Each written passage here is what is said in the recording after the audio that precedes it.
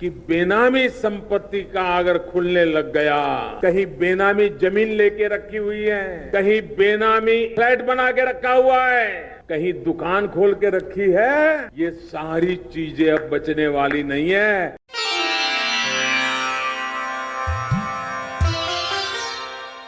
भी मोदी जी ने घोषणा किया है कि वह बेनामी संपत्तियों को जब्त करेंगे।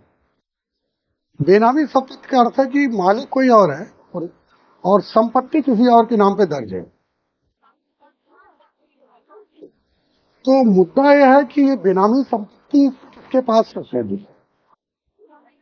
बेनामी संपत्तियां उन्हीं के पास हैं ज्यादातर जो कि अपनी काली कमाई को दिखा नहीं सकते हैं, सरकार को टैक्स नहीं दे सकते उसका। अगर आप कितना भी कमाते हैं और टैक्स दे सकते हैं तो संपत्ति काली नहीं होती है वो।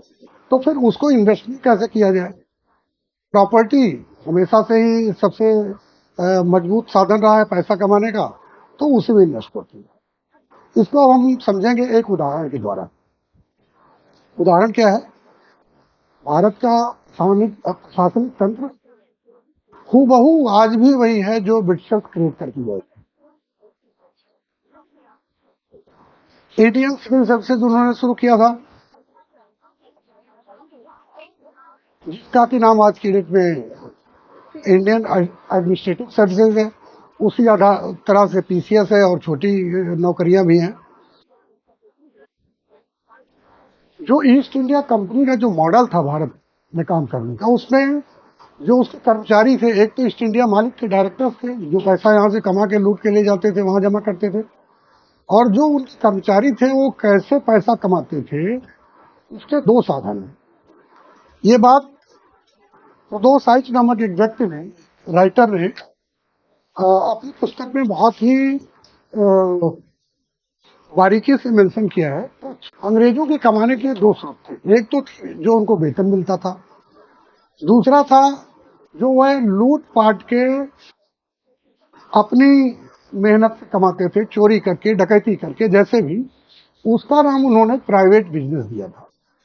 और प्राइवेट बिजनेस के प्रति गहन आकर्षण था, क्योंकि जो सैलरी थी, जो वेतन था ईस्ट इंडिया कंपनी के द्वारा दिया जाने वाला, वो तो बहुत कम था। अब एक उदाहरण से हम लोग इसको समझने का प्रयास करते हैं। लॉर्ड क्लाइव, जिसका नाम आपने सुना होगा, जिसने प्लासी का युद्ध जीत कर भारत में पहली बार बंगाल में कब्जा किया था, उसका आप अगर इतिहास जानते हैं तो आपको समझ में आ जाएगा। मैंने इस संदर्भ में एक पोस्ट लिखी थी फेसबुक पे, तो बहुत पॉपुलर हुई थी। लोगों ने कहा था और जानकारी दीजिए, तो हमने कहा अच्छा ठीक, इससे बात करते हैं। रॉबर्ट क्लाइव का जन्म, अच्छा गूगल पे अगर आप जाएंगे तो वो गूगल बताएगा कि ये किसी रईस खानदान का, किसी रजवाड़े का परिवार। अगर आप गूगल सर्च करेंगे तो ऐसा मिलेगा, क्योंकि हम सारी जानकारी आज की डेट में गूगल से लेते हैं। तो ऐसा माइंडसेट बन जाता है कि वो सही बोल रहा, लेकिन वो सही नहीं है। इसका जन्म हुआ था 1725 में एक साधारण वकील के घर में, जो लंदन में वकालत की प्रैक्टिस करता था, और उसकी सालाना कमाई 500 पाउंड हुआ करते। ये बचपन से ही झगड़ालू था। इसको कई स्कूलों में भर्ती कराया गया, लेकिन इसके पढ़ने मन नहीं लगता था, और ऑलमोस्ट ये अनपढ़ था। इसके पास कोई स्कूली सर्टिफिकेट शिक्षा की थी नहीं। इसके बाप चाहते थे कि ये दर्जी बन जाए, लेकिन ये इतना नालायक था कि ये दर्जी भी नहीं बन पाया। तो इसके बाप ने अपने पूरे एक साल की कमाई $500, 500 पाउंड, ईस्ट इंडिया कंपनी में जमानत के तौर पे जमा करके, जमानत राशि के तौर पे जमा करके, इसको वहां पर क्लर्क की नौकरी दिलवाई। ये वहां से 18 वर्ष की आयु में 1743 में भारत के लिए रवाना हुआ। रास्ते में इसने समुद्री जहाज पर लड़ाई किया, झगड़ा किया, जिसमें इसका पूरा सामान समुद्र में गिर गया। तो एक तरह से जब ये भारत पहुंचा तो इसके पास भी एक पैसा भी नहीं था। 1746 में फ्रांसीसियों के गुट से लड़ाई में ये कैद कर लिया गया, फ्रांसीसियों ने इसको कैद कर लिया, लेकिन वो वहां से भाग निकला साथियों के साथ। फिर इसने कहा कि मैं क्लर्क की नौकरी नहीं करूंगा, मुझे जो है सेना में जाना है। तो 1747 में इसको टेम्परेरी रंगरूट बना दिया गया। रंगरूट बनने के बाद इसके अंदर की जो असली कला थी, लूट पाट करने की, षड्यंत्र करने की, छुप कर वार करने की गुरिल्ला प्रवृत्ति, वो बाहर आ गई।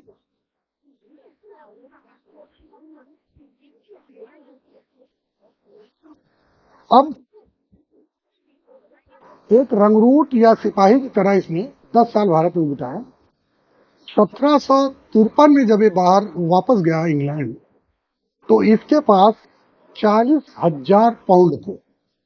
अब आप सोच सकते हैं कि पैसा उसने कहां से कमाया होगा, सैलरी से कमाया होगा या फिर लूट के कमाया होगा। एक सिपाही मात्र। अभी कुछ दिन पहले भारत के विदेश मंत्री ने बोला कि इंग्लैंड ने 190 साल में भारत से 45 ट्रिलियन डॉलर लूटे। लेकिन हमको लगता है कि वो डाटा जो भी था वो ऑफिशियल लूट का डाटा रहा होगा। इस तरह से व्यक्तिगत जो प्राइवेट बिजनेस जिसका नाम दिया उन्होंने, जो आज की डेट में घूस की नाम से प्रचलित है हमारे सरकारी दफ्तरों में और मंत्रालयों में, वो कमाई उसमें जोड़ी नहीं गई थी, ऐसा मुझे लगता है। वहां जाते ही ये एमपी का इलेक्शन लड़ता है और वहां पे मेंबर ऑफ पार्लियामेंट बन जाता है। लेकिन इसके इसके जो है मेंबरशिप को चुनौती दी जाती है और इसकी मेंबरशिप रद्द कर दी जाती है। अब फिर ये आता है ईस्ट इंडिया कंपनी के शरण में। तो ईस्ट इंडिया कंपनी इसको 1755 में डिप्टी गवर्नर ऑफ मद्रास बनाकर भेजती है, अपनी साजिशी बुद्धि और लूटपाट और खुरापाती बुद्धि के द्वारा। 1757 में ये मीर जाफर को अपनी तरफ मिला करके, जो कि सिराजुद्दौला का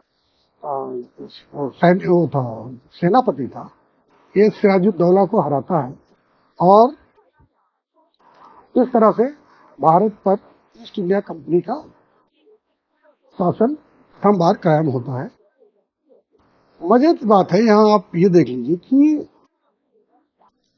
जब कब्जा करता है तो फिर जब ये मीर जाफर को गद्दी सौंपता है तो उस 40 लाख पाउंड लेकर के इंग्लैंड भेजता है और खुद अपने पास 11,70,000 डॉलर हथियार लेता है। जिसके बारे में मैंने कहीं पढ़ा था कि इससे जब पूछा गया तो उसने कहा कि इतनी अपार संपत्ति में अगर मैंने थोड़ा सा ले लिया तो कौन सा गुनाह कर दिया, कौन सा अपराध किया। जब ईस्ट इंडिया कंपनी का भारत पर कब्जा हो गया तो सारी लड़ाई, चाहे फ्रेंच हो, चाहे डच हो, चाहे ब्रिटिश हो, वहां पे भारत से बिजनेस करने की मोनोपोली का था। तो ईस्ट इंडिया कंपनी का जब मोनोपोली हुआ तो आप ये समझिए कि कितना मुनाफा उसने कमाया। 20 लाख डॉलर का सामान चाहे लूट करके, चाहे खरीद करके, चाहे धमका करके, जिस विधि से भी वो यहाँ से ले जाते थे, वो उसको यूरोप में 1 करोड़ डॉलर में बेचते थे। तो 5 गुना प्रॉफिट था। सोचने की बात यह है कि ईस्ट इंडिया कंपनी जिसका गठन 1600 एडी में हुआ था, उसकी कुल value at the time of formation of company was 68,373 pounds. लेकिन ईस्ट इंडिया कंपनी का बंगाल पे कब्जा होते ही जो ईस्ट इंडिया कंपनी का शेयर था शेयर मार्केट में, उसने एकदम ऐसा उछाल लिया कि एक शेयर का दाम हो गया 32,000 पाउंड। ये डाटा कहां से मिला है? ये डाटा आपको मिलेगा, एक हिस्टोरियन है बिल दुरेंट, जिनकी एक पुस्तक है 1930 में लिखी, द केस फॉर इंडिया।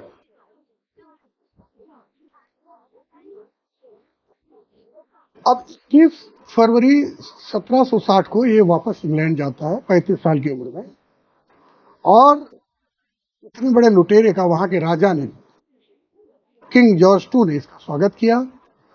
और जो ऑक्सफोर्ड यूनिवर्सिटी जो मानी जाती है, कोई स्कॉलर को ही वो प्रमोट करती है, स्कॉलर्स को ही नहीं प्रमोट करती, वो डकैतों को ही प्रमोट करती थी।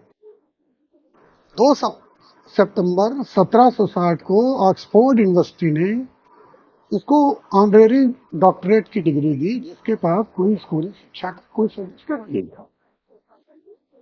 मार्च 1760 में इसको पुनः मेंबर ऑफ पार्लियामेंट चुन लिया जाता है और 1761 के अंत में इसको लॉर्ड की पदवी दी जाती है, जिसको हम जानते हैं कि लॉर्ड क्लाइव। 1763 में बोर्ड ऑफ डायरेक्टर्स के, ईस्ट इंडिया कंपनी के बोर्ड ऑफ डायरेक्टर्स के चेयरमैन के लिए यह चुनाव लड़ता है और हार जाता है।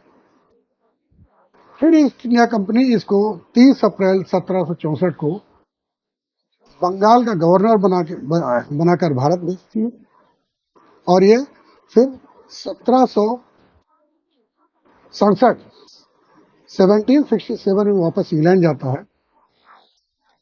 वहां पर इंग्लैंड में 1772 में जो मेंबर ऑफ पार्लियामेंट्स थे उन्होंने इसके ऊपर अनेक आरोप लगाए, भ्रष्टाचार के, चोरी के, उत्पात के और अधिनायकवाद के, और अंततः इसने जो है 23 नवंबर 1774 को सुसाइड कर लिया एट एज ऑफ 41। ये तरीका था जो ईस्ट इंडिया कंपनी ने जो लूट का सिस्टम शुरू किया भारत के साथ। आज की डेट में अगर हम मान लें तो सरकारें यहाँ पे ईस्ट इंडिया कंपनी है और जो हमारे सरकारी अफसर लोग हैं, सब तो नहीं है, जाहिर सी बात है, ईमानदार लोग भी हैं, बट मोस्टली उसमें से सब रॉबर्ट क्लाइव के ही एक तरह से अनुयायी हैं, जिसके कारण यहाँ पे आज की डेट में अनेक कोचिंगें फल फूल रही हैं। दृष्टि, ध्येय, पता नहीं कौन कौन, जहाँ लाखों बच्चे अपने माता पिता के पैसों को, मेहनत के कमाए हुए पैसे को चुका करके वहाँ ट्रेनिंग कोचिंग लेते हैं। हालांकि उसमें सफलता कितनों को मिलती है, हार्डली 0.25%। तो ये एक मॉडल था जो हमारे भारत में लागू हुआ ईसाइयों के आने के बाद, ईस्ट इंडिया कंपनी के आने के बाद, और वो मॉडल आज तक जारी है। ये बहुत अच्छा कदम है कि मोदी जी अगर ऐसा कुछ करते हैं कि बेनामी संपत्ति को अटैच करते हैं, तो यह एक क्रांतिकारी कदम होगा, ये होना ही चाहिए। धन्यवाद।